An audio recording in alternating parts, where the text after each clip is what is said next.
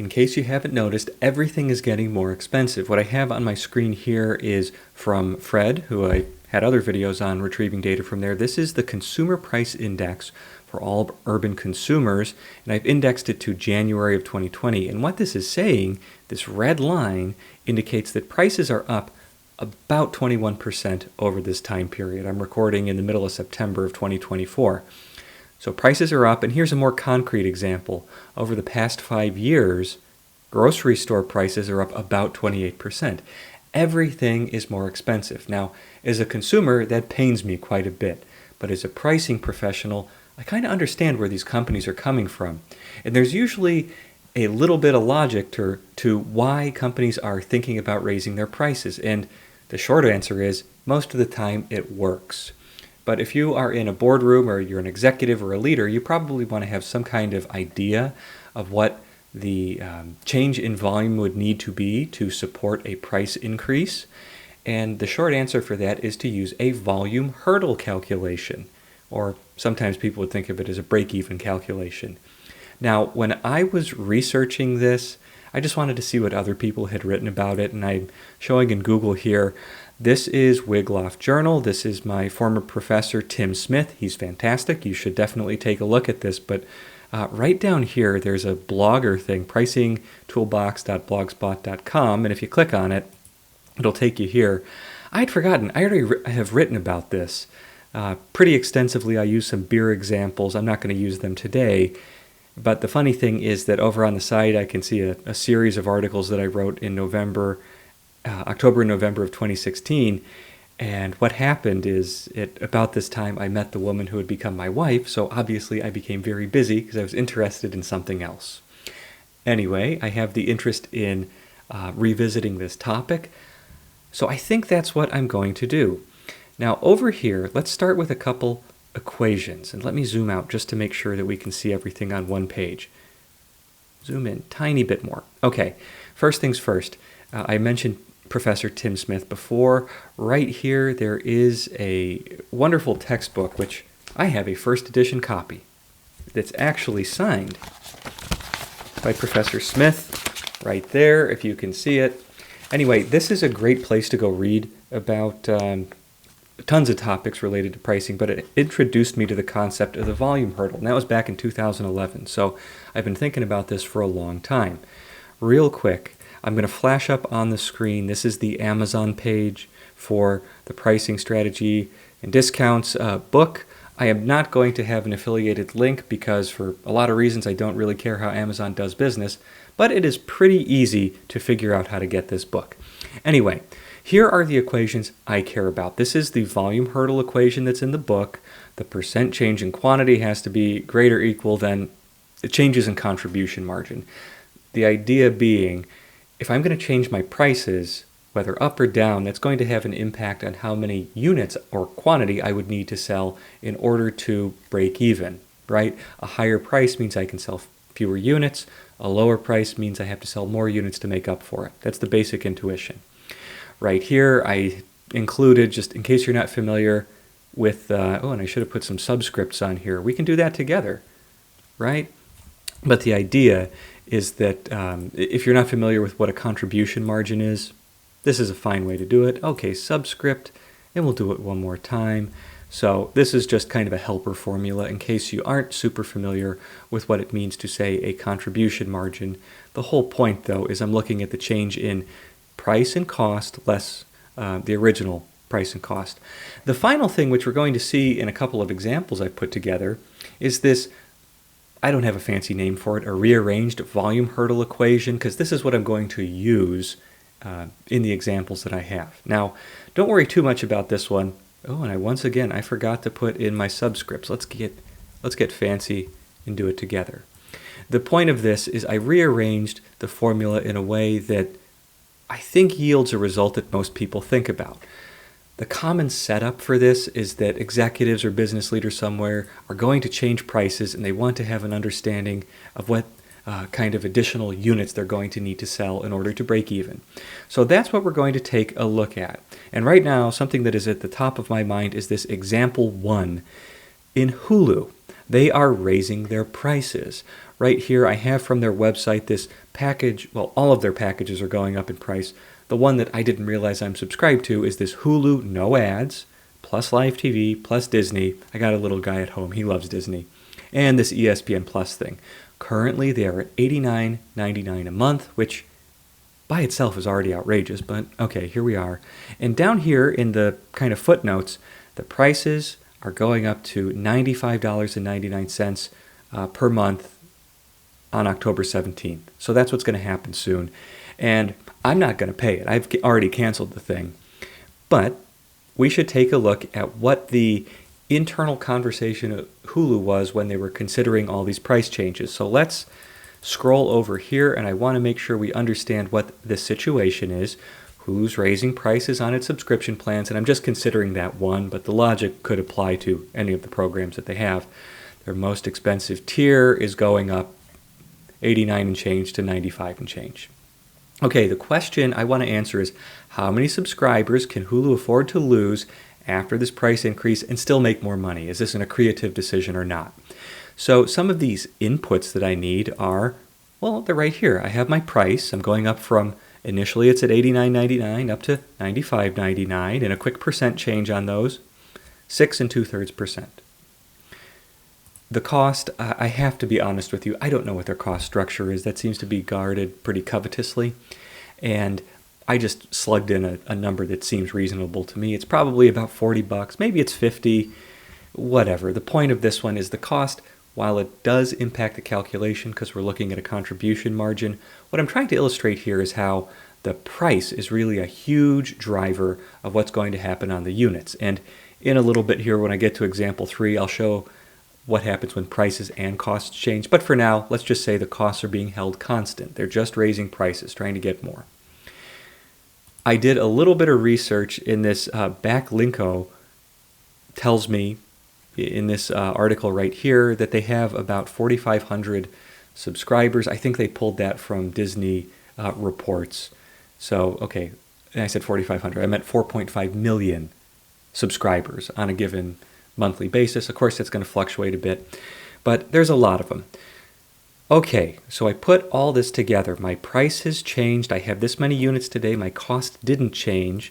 And note that my contribution margin is going up under this assumed world that my costs are remaining the same. Price goes up almost 7%. My contribution margin goes up almost 12%. So what happens? How many fewer units can I sell, or how many fewer subscriptions can I have and still break even? We'll move this out of the way. As it turns out, I could afford to lose, almost 500,000 subscriptions and still break even on this. 10.7%. So a 6.67% increase means I can have my subscriptions fall by over 10%, almost 11%, and still break even. And that becomes one of the takeaways down here. Because the impact on price influences contribution margin so much, I can afford to lose a lot of units. So the takeaway, in my opinion, is right over here. Let's move these around. Is price increases are incredibly powerful. There's a whole body of literature, which I will delve into in a different video, that shows that increasing prices is really the most impactful way to improve your profitability. So a modest price increase means a really healthy decrease in units can be, I guess it would be unhealthy, can be sustained or weathered by Hulu here. So somewhere along the line, somebody did a calculation like this at Hulu, and they probably have enough data to make an estimate about, well, if we do change these prices, what do we really think is going to happen? Would it be an 8% hit to quantity? Would people go from a higher tier to a lower tier? What's going to happen? That gets a little bit beyond the point of this video, but the numbers are right in front of us. A price increase really makes a lot of things happen. Okay, let's take a look at a different example. Over here, McDonald's, they are planning to have a $5 meal in the next month. And scrolling to the right, they're bundling, they had, in this article, they tell me they're coming up with a $5 meal will be a small drink, small fries, and either this McDouble burger or a McChicken sandwich. And the reason they're doing this is because they've seen a decline in their customers. I think it's something like 3% from a year-over-year perspective. I did a little bit of research right here. There's McDonald's not too far from where I live, which is true of most people in this country. A McDouble burgers $4.59. The small fries is $1.89. The small drink $1.69. So together, that's $8.17. The question becomes, how many more units must McDonald's sell to break even? And I do have a couple of disclaimers at the bottom. I cannot find good data on their costs. So what I did is, you look through their financial reports, you see a gross margin for them of about 57%. So I applied 57%, or 1 minus 57% to figure out a cost. I'll show you that in a second. And then for their quantity, I have no idea how many of these things that they sell. So I said they got over 13,000 US stores. Maybe they're selling 100 units of this bundle a day. Maybe that's high, maybe it's low. I don't know. I don't really care. It's just an illustration. And they're open every day of the year. So that's almost 500 million McDouble, small fry, small drink things. That's a lot. Okay, let's get to the data points here. Again, we're going from $8.17 to $5, so that's a really, really big decrease of almost 40%. I backed into, you can see the calculation up here, I backed into what I think is probably a reasonable cost estimate, and I'm assuming it's held constant. Now, in reality, I am almost certain that McDonald's would have turned around to its suppliers and said, I'm lowering my prices. You need to give me some cost relief to make sure that this works for me. And why do I think that they did that? Because, well, the hit to contribution margin of going from 8 down to 5 and having your costs remain same, that's almost a 70% hit to contribution margin. They got to do something in order to try and protect their margins. So if I have, let's just say it's 500 million burgers that we're selling, I'd have to sell almost or more than 3 times that much, like a 200% increase in this bundle to make it break even for me, which is another reason I think they probably are going and beating up their suppliers on the cost side to make sure their contribution margins are holding. I don't have that data. The point of this illustration is right here, though. A huge decrease in price is a big hit in contribution margin, assuming the costs remaining the same. And that means they got to sell way more units. And the takeaway is price decreases, especially one as radical as this, are tough to overcome. Ideally, you can pair a price decrease with some kind of cost decrease. And that brings us to our example number 3. Now, I just made this one up, right?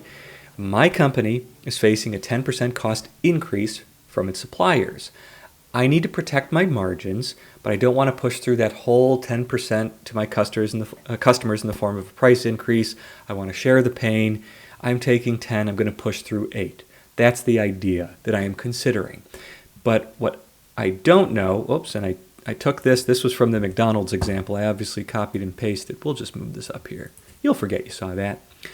The question is, with my price and cost changing, how much more or less do I need to sell to break even? It's ambiguous at this point. There's a lot of moving parts.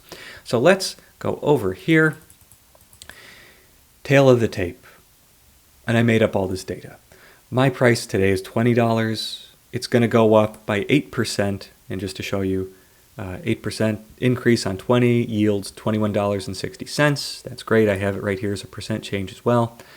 I increased my cost of $12 up to $13.20.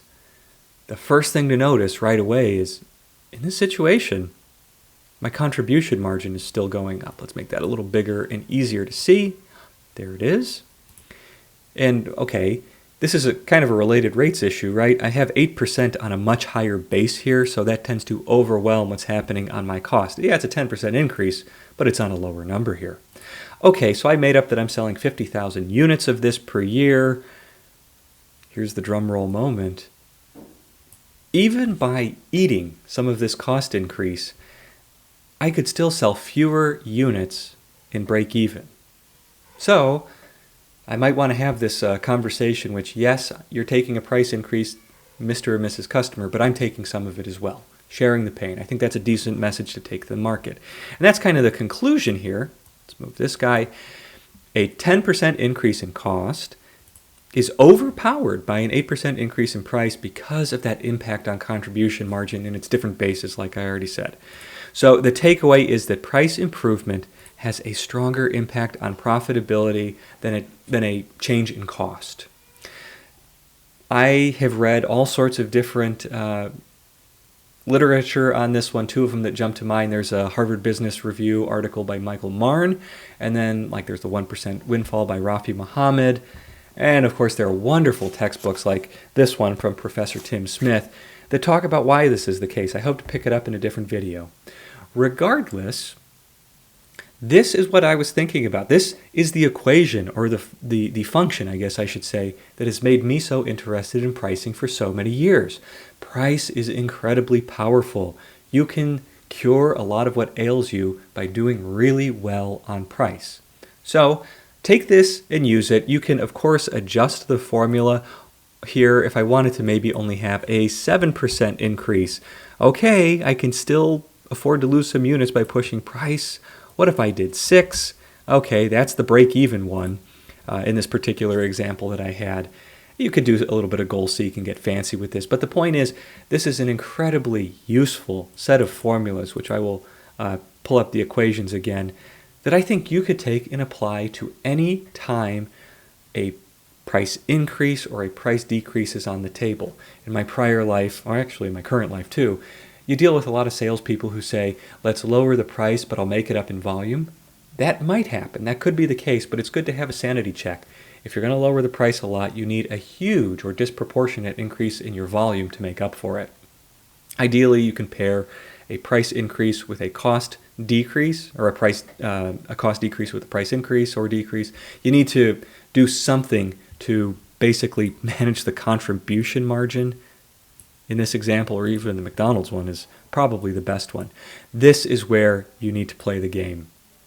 So thanks for spending a little bit of time with me. I hope this is a continuation, a series of just kind of basic skills in pricing. What are the things that matter? What are the things that I have found useful throughout my career? And like I said, I think the next video is going to be either about some of this kind of basic literature about pricing, things that generally form the thoughts of how most executives think about pricing today. And then another one I want to do is the principle of triviality, which gets in the way of a lot of these pricing projects, but I'll save that for later. Anyway, thank you for spending a little bit of time with me. If you find this useful, great. Tell me why, and I'll try to make more videos like this. And if it's not useful, let me know so I can make videos that are helpful for you. Anyway, thanks for your time and take care. Goodbye.